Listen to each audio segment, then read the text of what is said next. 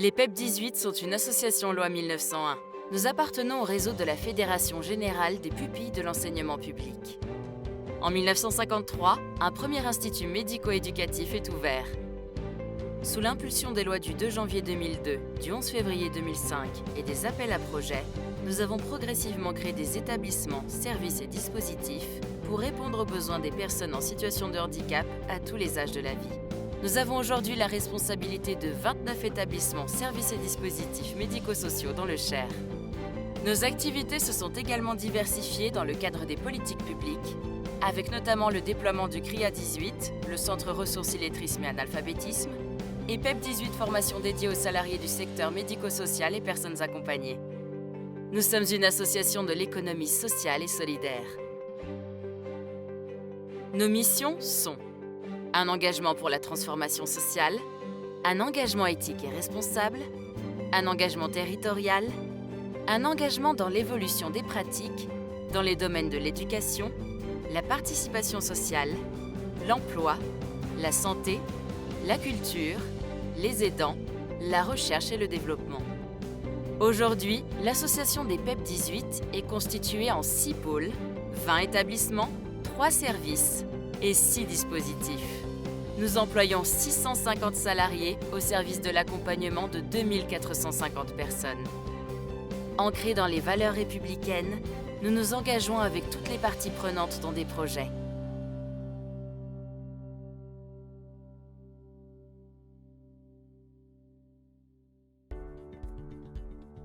Et ces orientations sont le fruit d'une très longue démarche d'élaboration collective qui a rassemblé tous les acteurs, les administrateurs, les professionnels, les représentants des usagers. Les axes du projet qui sont fidèles à la longue histoire des PEP sont bien entendu adossés à nos missions. Et ces missions, je vais vous les décliner. Un engagement pour la transformation sociale, un engagement territorial, un engagement éthique et responsable, un engagement dans la recherche et le développement pour inventer des nouvelles solutions aux problèmes émergents. Ils sont la traduction de notre devise « Faire association pour entreprendre ». Entendez-les, écoutez-les, c'est notre souhait. Ils sont la garde avancée des valeurs de notre association, de nos interrogations, mais aussi de nos certitudes quant au bien fondé de notre volonté d'agir pour une société inclusive.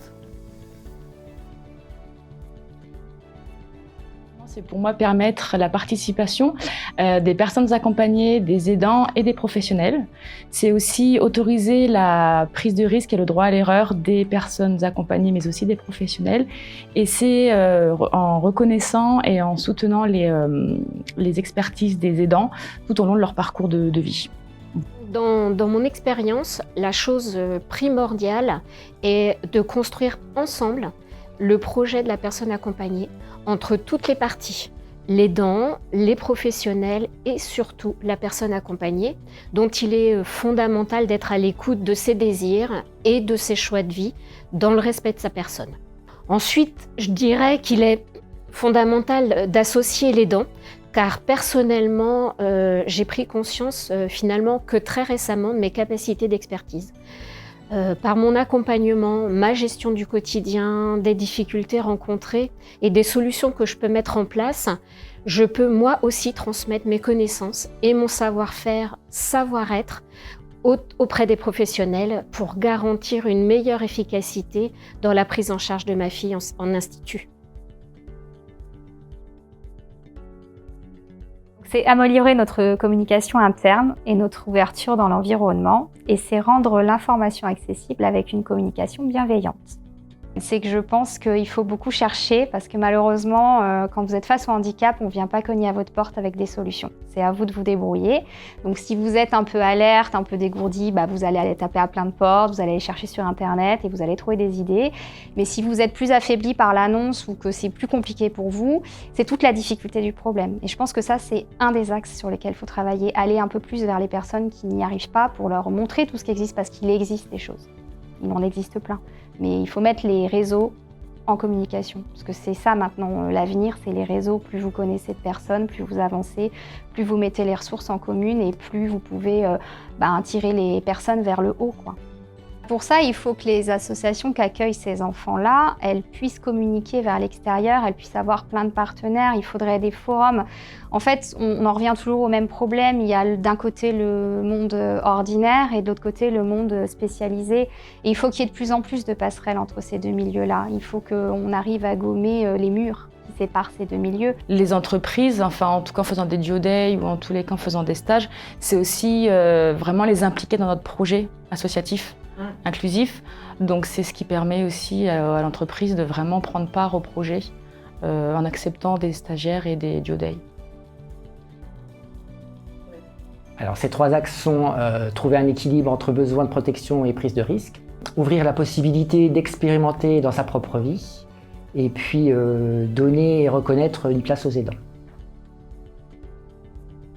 Travailler sur ces situations, il faut qu'on évalue correctement les risques, il faut qu'on informe et qu'on accompagne la personne pour qu'elle fasse ses propres expériences, tout en garantissant une sécurité, mais en même temps lui permettre de faire les choses sans qu'il y ait de frein. Donc en faisant en sorte que le droit commun soit la première réponse évaluée. Ensuite, en trouvant des réponses de proximité avec les acteurs locaux, en tenant compte des spécificités du territoire et en favorisant les mises en situation, en mobilisant les compétences des personnes accompagnées, des aidants, des professionnels et des administrateurs. Donc pour moi, le droit commun en première réponse, c'est très important, notamment en ce qui concerne la scolarisation. En ce qui concerne l'effectivité des droits, ça repose vraiment sur trouver le juste équilibre entre le milieu inclusif et le milieu spécialisé, afin que dans l'avenir, la frontière entre ces deux domaines, elle soit la plus mince possible. Alors, l'exemple concret, c'est les classes UUE. Donc, c'est des unités d'enseignement externalisées qui sont mises en place par les partenaires comme l'association des PEP et une école classique. Et c'est ce genre de situation qui peut que faire avancer dans l'avenir les situations des personnes en handicap, quoi. Et que le droit commun, c'est absolument pas une barrière, bien au contraire, ça répond plus comme une garantie de pouvoir faire des choses comme tout le monde. Je pense qu'il faudrait trouver des réponses de proximité avec les acteurs locaux et les professionnels pour un travail en amont qui permettrait de proposer ces activités aux familles qui n'osent peut-être pas inscrire la personne qu'ils accompagnent ou tout simplement par méconnaissance de ce dispositif. Une des règles, c'est de toujours rester informé à la page, si je dis les choses assez simplement, sur les recherches fondamentales qui se font en psychologie et pas que, dans l'idée de pouvoir toujours réfléchir à une application pratique des thèmes de recherche fondamentale, des recherches universitaires en fait, nationales et internationales, dans le cadre du travail de terrain. Voilà, on doit être à jour le plus possible, alors soi-même, mais aussi être un peu garant, si je peux dire, du fait que nos pairs dans la profession restent aussi un peu à jour dans les connaissances scientifiques qui traitent de la psychologie, de l'enfant, de l'adulte. Voilà. Les PEP sont pour moi une association très innovante en termes de recherche et développement, puisqu'aujourd'hui, on a au minimum 4 projets de recherche en cours. Donc projet de recherche, ça veut dire des collaborations avec des CHU, des universités, soit en étant partie prenante dans un projet de recherche. L'idée, c'est comment on commence ces recherches-là, toutes ces recherches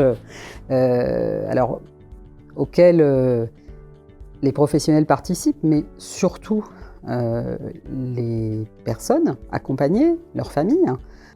Et l'objectif, c'est comment transformer ces écrits de recherche fondamentale en une utilité de terrain dans l'amélioration de l'accompagnement des gens en général, mais aussi dans la modification des pratiques de l'ensemble des professionnels en fait. C'est ce que vise l'application pratique de la recherche fondamentale en fait. Voilà. Ceux qui sont les principaux acteurs Enfin, ceux qui seront les principaux acteurs de ces formations, ce seront les gens qui seront là en fait. Du secteur social et solidaire comme l'est l'association départementale des PEP 18 se doit d'investir dans l'avenir. Et l'avenir, c'est l'innovation, c'est la recherche et le développement qui produit de l'innovation. Et l'innovation, pourquoi ? Pour déjà retentir sur les pratiques, améliorer les pratiques, et puis permettre, je dirais, pour la population que nous accueillons, le franchissement des limites. Les limites, c'est parfois le handicap qui, effectivement, va interdire l'accès à certains savoirs, par exemple, savoir-faire, savoir-être. La solidarité, elle est au cœur de la citoyenneté. On a une devise républicaine, liberté, égalité, fraternité. Fraternité, c'est la solidarité.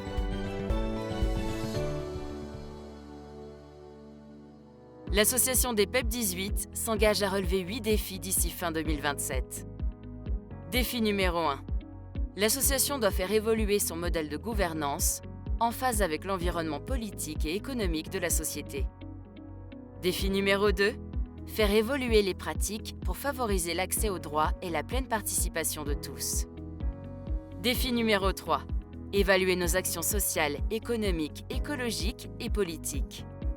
S'intéresser à ce que nous faisons, comment nous le faisons et ce à quoi nous contribuons dans nos territoires afin d'engager une démarche pour l'avenir. Défi numéro 4. Utiliser les outils et technologies de communication disponibles aujourd'hui pour partager et mutualiser notre projet associatif avec toutes les parties prenantes. Défi numéro 5. Créer des conditions favorables pour améliorer la qualité de vie au travail. Stabiliser les effectifs et être attrayant. Apporter un service rendu qualitatif. Défi numéro 6. Adopter des pratiques plus éthiques et plus durables dans notre fonctionnement pour ainsi contribuer à la transformation sociale. Défi numéro 7. Développer une démarche éthique.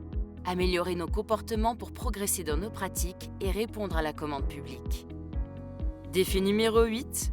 Bâtir tous nos projets en respectant les exigences et les objectifs à atteindre en vue d'une démarche d'amélioration continue de la qualité de service rendu. Pour relever ces défis, les PEP 18 ont travaillé les 3 orientations suivantes.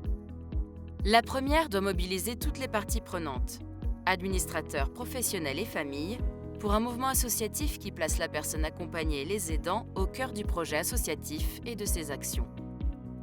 La deuxième implique d'être force de transformation sociale pour une adaptation aux besoins des plus vulnérables pour lutter contre les inégalités. La troisième doit garantir le développement et la pérennisation des actions de l'association par une mobilisation efficiente de nos ressources au service de la qualité. La Fédération Générale des PEP a plus de 100 ans d'expérience au service d'une société inclusive. Le mouvement PEP est un acteur majeur de l'économie sociale et solidaire en France. Elle représente 101 associations, 22 000 salariés, 8 000 bénévoles, 1,5 million d'enfants, adolescents, adultes et leurs familles accompagnées. Profondément attachée aux valeurs de l'éducation populaire et de l'économie sociale et solidaire, la Fédération Générale des PEP articule ses ambitions autour de 4 piliers. L'accès de tous aux droits communs, une école de la République véritablement inclusive, une société plus solidaire, une approche participative citoyenne.